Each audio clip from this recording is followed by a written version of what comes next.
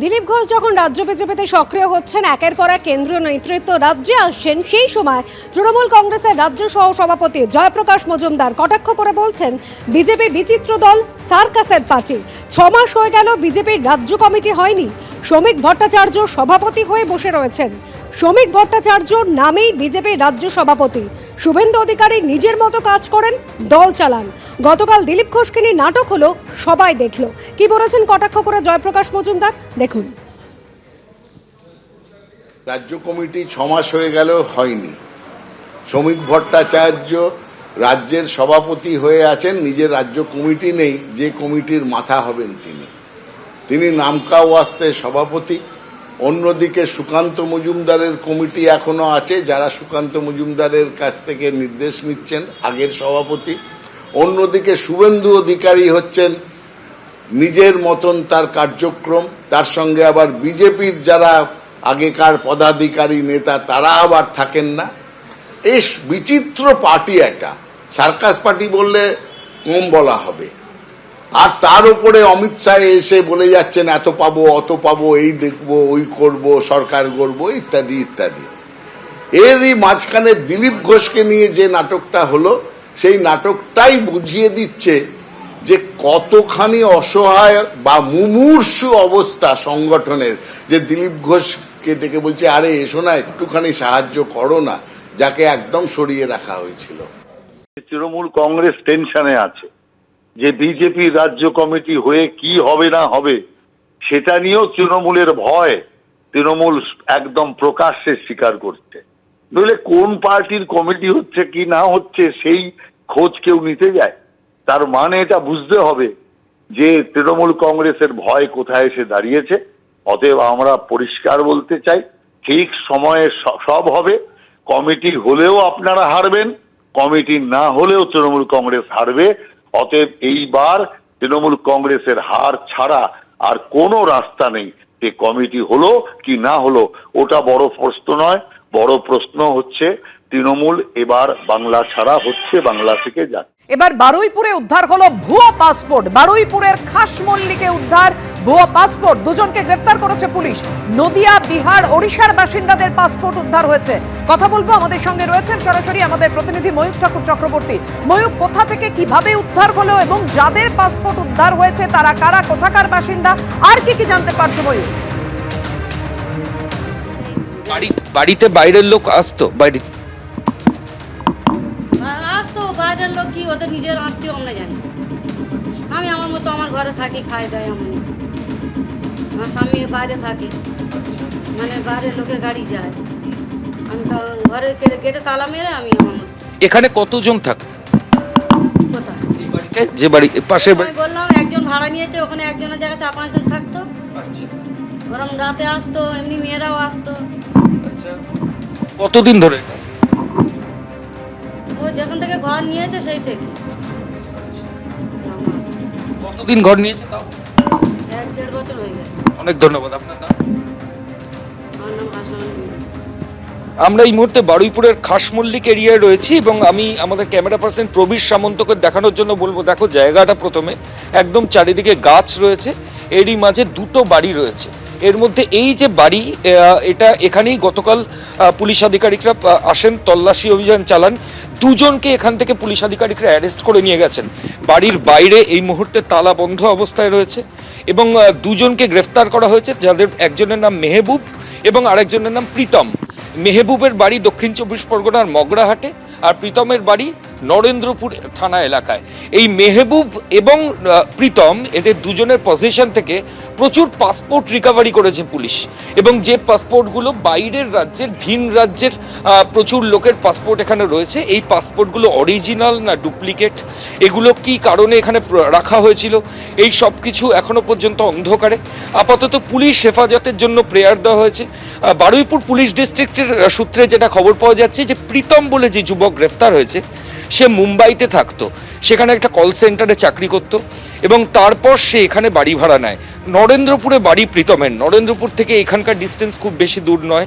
কেন নিজের বাড়ি ছেড়ে এরকম একটা প্রত্যন্ত জায়গায়, গ্রামের মধ্যে, চারিদিকে গাছ, আশেপাশে সাধারণ মানুষের মুভমেন্ট খুব কম, এরকম জায়গায় প্রীতম এবং মেহবুব তারা বাড়ি নিয়ে রইল, এটা নিয়ে যথেষ্ট রহস্য দানা বেঁধেছে। এই দুজনের পজিশন থেকে প্রচুর পাসপোর্ট পুলিশ আধিকারিকরা রিকভারি করেছেন। আমি প্রবীরদাকে বলবো, প্রবীর সামন্তকে বলবো দেখানোর জন্য। দেখো গোটা জায়গা, আশেপাশের স্থানীয়রা বুঝতেই পারবেন না এখানে কোনো মুভমেন্ট কখন হচ্ছে না হচ্ছে, কিছু তো কারোর পক্ষে জানা সম্ভব না। আপনারা কিছু টের পেতেন দিদি যে যখন এখানে এরা থাকতো? না না, ওদিকে আমার ওখানে কোনো যাওয়া আসা নেই, আমরা যাই না। কিছুই জানতেন, কিন্তু ছেলেরা দেখেছি ছেলেরা আসতো, মেয়েরাও আসে, এইটুকু যেটুকু জানি সেইটুকু। পুলিশ বলছে এখানে নাকি প্রচুর পাসপোর্ট পাওয়া গেছে, আপনারা টের পান? না না, কোনো বাইরের লোক কি এখানে ঢুকতে দেখেছেন? রাতে আসতো কি করে, বাইরে কি ওদের আত্মীয় আমরা কি করে জানবো? ঠিক। একজনের সঙ্গে আমরা কথা বলছিলাম, তিনি পাশের বাড়িতেই থাকেন। আর একজনকে আমি দেখতে, এটা আপনার নিজের বাড়ি বেশ, আর একজন রয়েছেন। দিদি আপনি তো এই এলাকার বাসিন্দা, হ্যাঁ এই খবর রাখেন? মানে পুলিশ এসেছিল, পাসপোর্ট নিয়ে গেছে, এগুলো কিছুই জানেন না। আপনি এরিয়াতেই থাকেন? হ্যাঁ, উনি এই এরিয়াতে থাকেন কিন্তু গোটা বিষয়টা জানেন না, কারণ এটা একটা প্রত্যন্ত জায়গা, আশেপাশে পুরো জঙ্গল এবং তারই মাঝে একটা বাড়ি। সেই বাড়িতেই গতকাল বারুইপুর পুলিশ ডিস্ট্রিক্টের যারা অফিসিয়ালস তারা তল্লাশি অভিযান চালালেন এবং সেখান থেকে প্রচুর পাসপোর্ট রিকভারি হলো।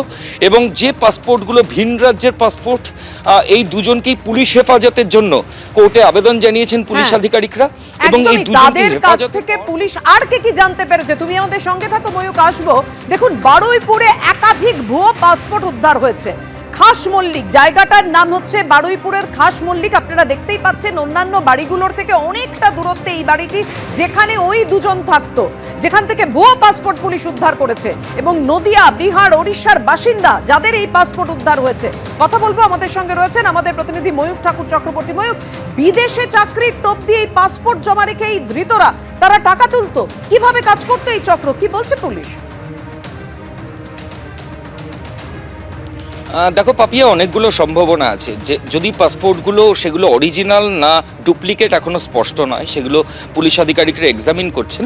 কিন্তু যদি অরিজিনাল পাসপোর্ট হয় এবং একজন এতগুলো পাসপোর্ট তার কাছে থাকে, সেক্ষেত্রে পুলিশ আধিকারিকরা এটাই অ্যাপ্রিহেন্ড করছেন সম্ভবত প্রতারণার জন্য, বিদেশে পাঠানোর জন্য, ভিসা করে দেওয়ার জন্য, বিদেশে চাকরির জন্য, এরকমই বিভিন্ন টোপ দিয়ে পাসপোর্ট নিয়ে আসা হতে পারে।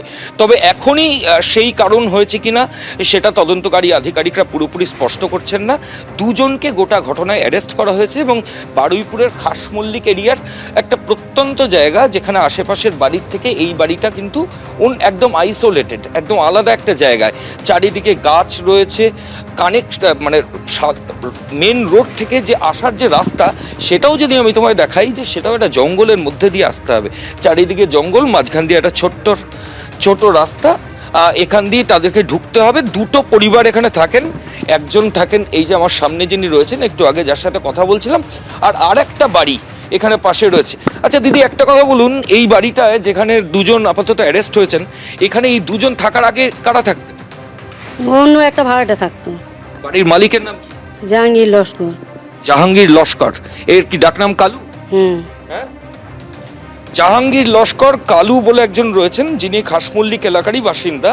তারই বাড়ি, এই তৈরি করা বাড়ি। তিনি একটা অন্য বাড়িতে থাকেন খাসমল্লিকের। এই বাড়িতে তিনি আগে অন্য একজনকে ভাড়া দিয়েছিলেন। পরবর্তী ক্ষেত্রে এই দুজন অর্থাৎ প্রীতম এবং মেহবুব, মগরাহাটের মেহবুব এবং নরেন্দ্রপুরের প্রীতম, তারা এই বাড়িটা ভাড়া নিল।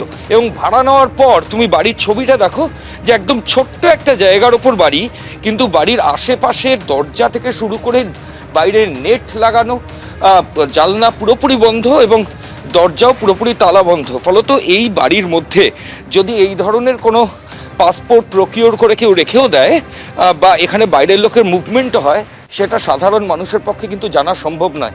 এবং পাশের জায়গাটা আমি আরেকবার দেখাবো, পাশে দেখো পুরো জঙ্গল, অর্থাৎ বাড়ি যেখানে যে আইসোলেটেড জায়গা রয়েছে তার পাশটায় পুরো জঙ্গল। এখানে যারা এসেছিল, যারা পাসপোর্ট রেখে দিত নিজেদের কাছে, তারা এই লোকেশন, সেই যে অ্যাডভান্টেজ, সেটাকেই তারা কাজে লাগানোর চেষ্টা করেছে। কিন্তু গোপন সূত্রে খবর পেয়ে পুলিশ আধিকারিকরা এই বাড়িতে তল্লাশি অভিযান চালান। প্রচুর পাসপোর্ট রিকভারি হয়েছে। দুজনকে আজকে কোর্টেও পাঠানো হয়েছে। পুলিশ নিজেদের হেফাজতের জন্য আবেদন জানিয়েছে এবং তারপর পুলিশ আধিকারিকরা জানতে পেরেছেন এই দুজনের মধ্যে একজন, যে প্রীতম, সে আগে মুম্বাইতে চাকরি করতে একটি কল সেন্টারে, তারপর সে সেখান থেকে এখানে আসে। ফলত কি উদ্দেশ্যে এই পাসপোর্টগুলো এখানে রাখা হয়েছিল এবং এই পাসপোর্টগুলো অরিজিনাল না ডুপ্লিকেট, এই সব কিছু এদেরকে হেফাজতে নিয়ে তদন্তকারীরা দেখছেন। পাপিয়া, ধন্যবাদ তোমায় বলে। এবিপি আনন্দ, এগিয়ে থাকে, এগিয়ে রাখে।